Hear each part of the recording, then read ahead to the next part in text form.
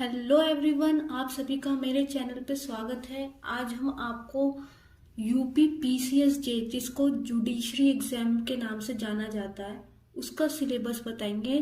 Pre का आज हम सिर्फ प्री के सिलेबस का डिस्कशन करेंगे।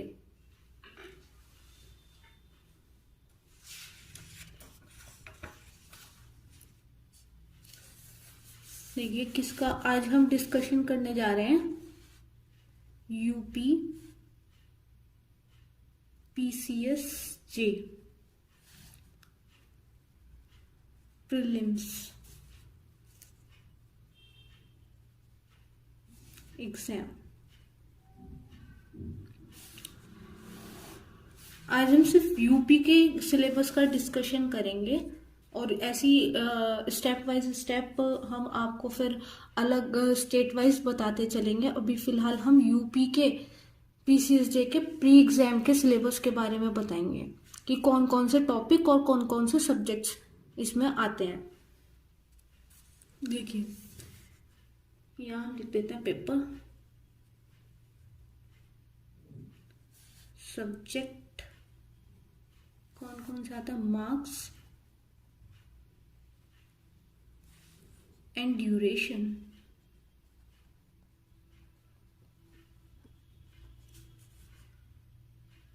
तो पहला पेपर होता है हमारा, वो होता है जीके का, जिसको जनरल नॉलेज भी कहते हैं, जीएस भी कहते हैं इस वाले एग्जाम को।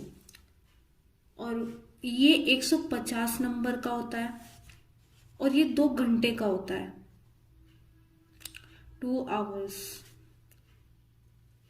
इसी में एक और पार्ट आता है सेकंड पेपर, जिसको कहते हैं, वो होता है लॉ का। आपके सारे लॉ सब्जेक्ट्स और लॉ टॉपिक्स इसमें पूछे जाते हैं। तो ये कितने नंबर का होता है? ये होता है 300 नंबर का आता है पेपर पूरा, और 2 घंटे का होता है ये भी। अब ये इसमें यहाँ पे 150 क्वेश्चंस ही इसमें पूछे जाते हैं, 1 नंबर का 1 क्वेश्चन, ठीक है। और जो 300 नंबर का ये लॉ का क्वेश्चन पेपर आता है, तो इसमें ये 2 नंबर का होता है। इसमें भी 150 क्वेश्चंस आपके पूछे जाते हैं और हर एक क्वेश्चन 2 नंबर का काउंट होता है, 2 मार्क का, ठीक है। और सबसे बड़ी बात, सबसे मेन बात जो फोकस रखनी है इसमें, वो है नेगेटिव मार्किंग। नेगेटिव मार्किंग आती है इसमें।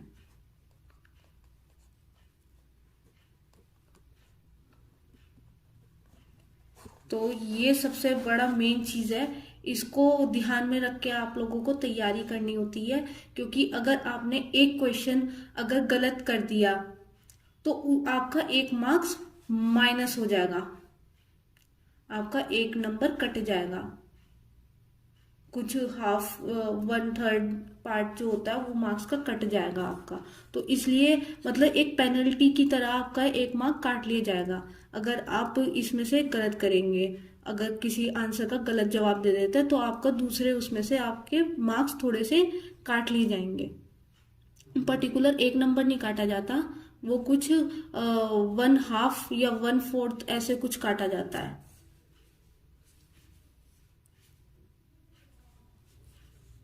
और इसके सब्जेक्ट्स अब आप आ जाते हैं यहाँ पे हम, ये हमारा ये हो गई मार्क्स की बात और हमारे सब्जेक्ट्स की बात, और मार्क्स ड्यूरेशन कितने घंटे का होता है, ये पूरा हमने ये चार्ट बना लेते हैं, ठीक है।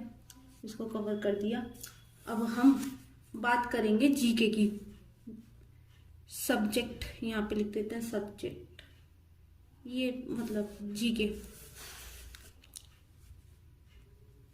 के सब्जेक्ट्स की बात हो रही है। अब इसमें कौन कौन से टॉपिक्स पूछे जाते हैं। इसमें टोटल 12 टॉपिक्स में से पूछा जाता है। 12 टॉपिक पूछे जाएंगे और 12 टॉपिक जो होते हैं उनमें से आपको पढ़ के जाना होता है और उससे रिलेटेड ही आपसे क्वेश्चंस पूछे जाते हैं जीएस में। तो फर्स्ट जो है वो है करंट अफेयर।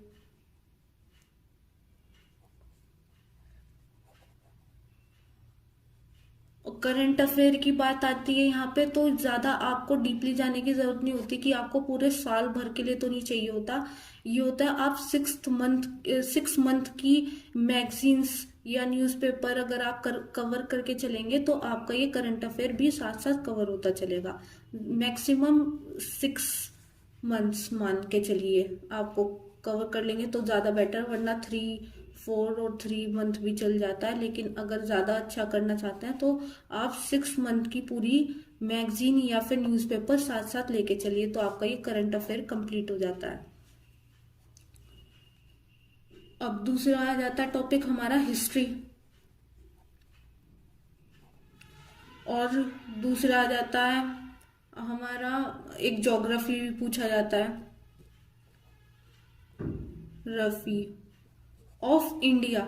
इंडिया का पूछा जाता है ज्योग्राफी, पूरे वर्ल्ड का नहीं, ये ध्यान में रखने वाली बात है। इंडिया का पूछा जाता है ज्योग्राफी, ना कि पूरे उसका, मतलब ये हिस्ट्री और ज्योग्राफी ऑफ इंडिया। और फिर आ जाता है हमारा topic economics, economics and social development.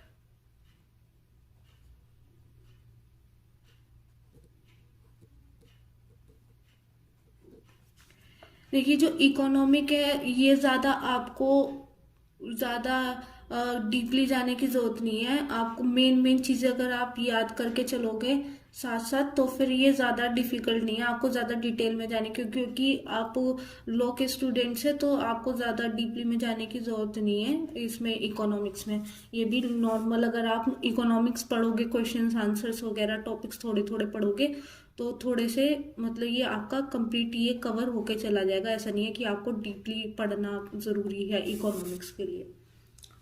और आपका नेक्स्ट आ जाता है इंफॉर्मेशन टेक्नोलॉजी।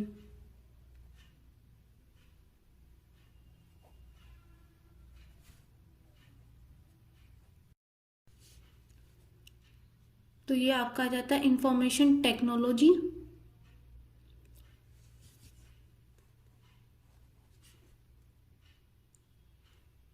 ये भी आप मैगजीन वगैरह से कवर कर सकते हैं।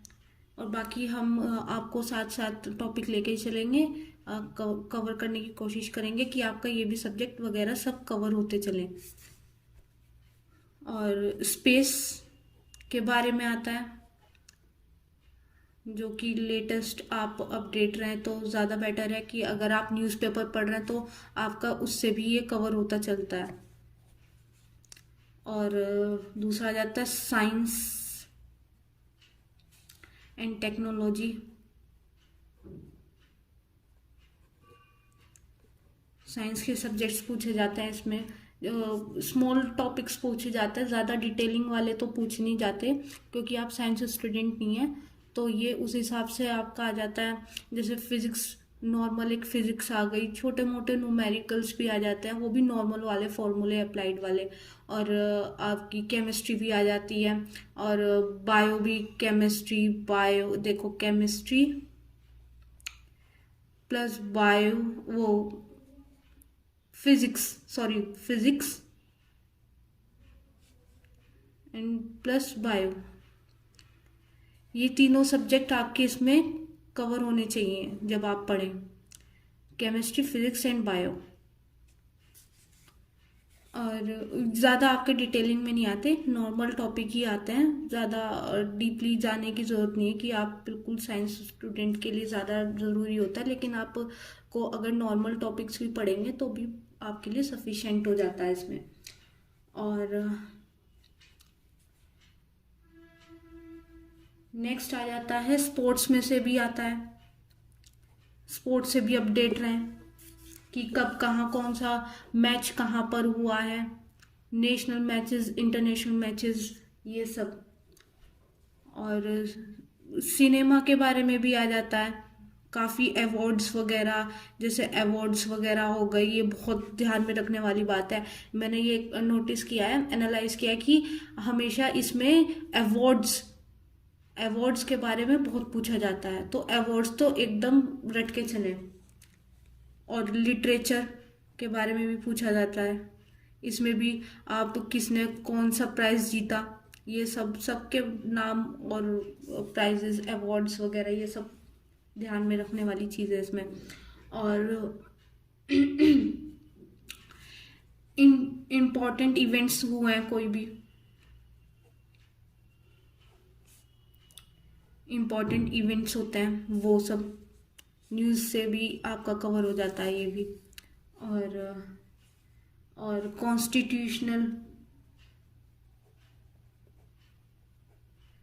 कॉन्स्टिट्यूशन की हिस्ट्री वगैरह ये सब, एंड एडमिनिस्ट्रेशन।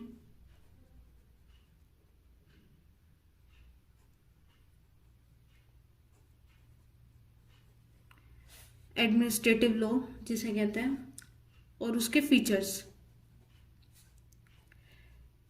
इसके लिए आपको बुक पढ़नी पड़ेगी, क्योंकि कॉन्स्टिट्यूशन एंड एडमिनिस्ट्रेटिव लॉ एक बहुत वाइड टॉपिक है। आधा आपका जीएस इससे कवर होगा, आधे से ज़्यादा क्वेश्चंस इन वाले सब्जेक्ट बहुत इंपॉर्टेंट। कोई ये आपका सब्जेक्ट है, ये आपका लॉ प्लस जीएस दोनों में पूछे जाते हैं ज़्यादातर इससे रिलेटेड टॉपिक्स। और नेक्स्ट आ जाता है आपका जुडिशियल सिस्टम, इस टॉपिक से भी पूछे जाते हैं, ये भी आपको बुक से मिल जाएगा।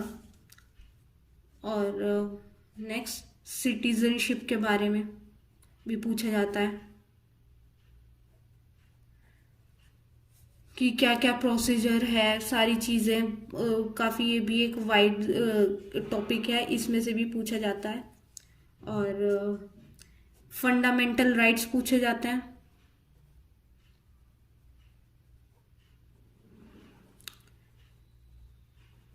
और उनकी ड्यूटीज फंडामेंटल ड्यूटीज, ये तो आप रट के चलिए, ये तो बिल्कुल पिलर है ये आपका, इनके बिना कुछ नहीं है, ये तो पता ही होने चाहिए आपको। किनके? ऑफ द सिटीजन्स, नागरिकों के। ठीक है, ये तो आपके कॉन्स्टिट्यूशन में ही मिल जाएगा। एडमिनिस्ट्रेटिव लॉ हो गया, मतलब judicial system, citizenship, fundamental rights और फंडामेंटल ड्यूटीज ऑफ सिटीजन, ये 12 टॉपिक्स में से आपके ये क्वेश्चन जीएस जो है पूरा कवर होता है। अब नेक्स्ट आ जाते हैं हम लॉ सब्जेक्ट्स पर।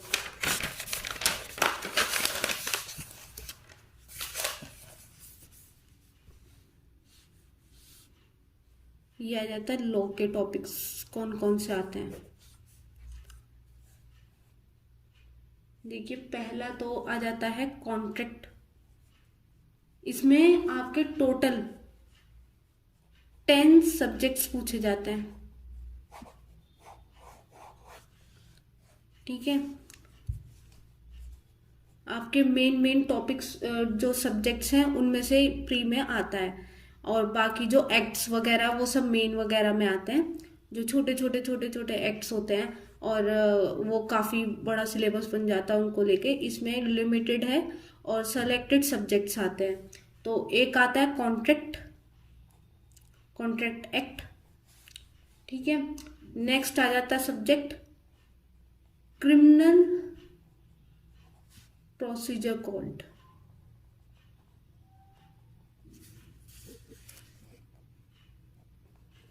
जिसको सीआरपीसी शॉर्ट फॉर्म में कह देते हैं। और नेक्स्ट आ जाता है सीपीसी, जिसको कहते हैं सिविल प्रोसीजर कोड।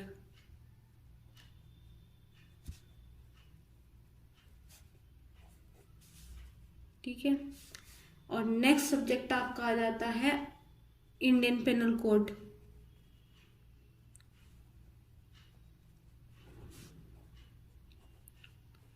जिसको आईपीसी भी कहते हैं। और नेक्स्ट आपका आ जाता है subject transfer of property act.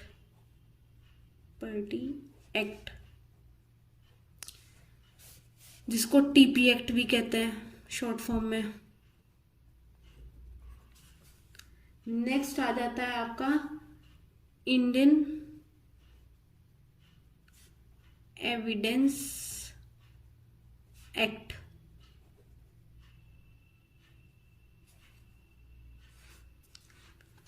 और नेक्स्ट सब्जेक्ट आपका आ जाता है करंट इंटरनेशनल अफेयर्स। कौन सा?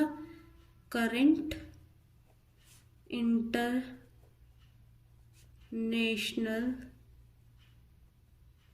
अफेयर्स।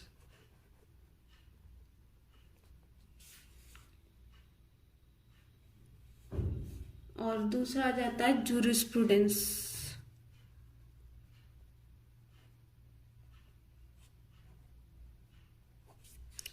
और फिर नेक्स्ट सब्जेक्ट आपका आ जाता है इंडियन कॉन्स्टिट्यूशन। जैसा मैंने आपको भी पहले भी अभी बताया था कि जो जीएस में भी कॉन्स्टिट्यूशन आता है और आपका लॉ सब्जेक्ट में भी कॉन्स्टिट्यूशन आता है। तो ये कॉन्स्टिट्यूशन तो आपका एक बेस है पूरे लॉ का, इसको तो आपको छोड़ना ही नहीं है। सबसे ज़्यादा मार्क्स जिसमें गेन करने हैं आपको वो करने हैं कॉन्स्टिट्यूशन में। वैसे तो सारी सब्जेक्ट इंपॉर्टेंट है, लेकिन ये जो है ना, ये कॉमन सब्जेक्ट है जो आपका जीएस में भी आता है और लॉ में भी आता है। इसकी बुक तो आपको रटी भी होनी चाहिए।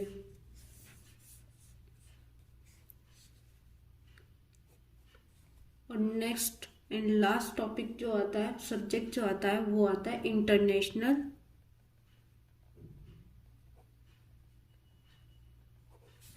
ऑर्गेनाइजेशन।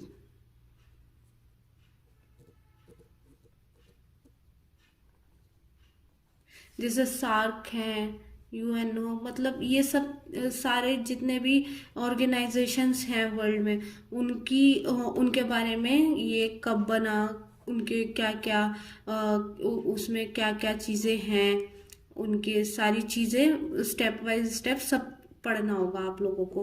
तो ये सब सार्क वगैरह, ये मतलब सारे जितने भी ऑर्गेनाइजेशन है टोटल वर्ल्ड में जो चल रही हैं, बनाई हुई हैं ऑर्गेनाइजेशंस, उनके बारे में आपको पूछा जाएगा। उनकी हिस्ट्री हो गई, उनके क्या क्या करेक्टरिस्टिक्स हैं, ये सारी चीज़ें इसमें इस वाले सब्जेक्ट में पूछी जाती है। इसको शॉर्ट फॉर्म में आईओ भी कहते हैं। ठीक है, ये सारे आपके सब्जेक्ट्स हो गए जो आपके ये लॉ के टॉपिक्स हैं। तो अब नेक्स्ट वीडियो में हम आपको इसका यूपीपीसीएसजे का मेंस का सिलेबस बताएंगे वो, और उसके बाद धीरे धीरे स्टेप वाइज स्टेप और जो स्टेट वाइज होंगे उनके टॉपिक्स के बारे में आपको बताया जाएगा। जब तक के लिए आप इस वीडियो को लाइक कीजिए, शेयर कीजिए, कमेंट कीजिए। अगर कोई भी क्वेरी है आप मुझे कमेंट सेक्शन में आप मुझसे पूछ सकते हैं। और आपको नेक्स्ट वीडियो किस चीज़ की चाहिए, किस टॉपिक के ऊपर चाहिए आप लॉ से रिलेटेड, तो आप वो भी आप मुझे कमेंट करके बता सकते हैं। तो तब तक के लिए थैंक यू।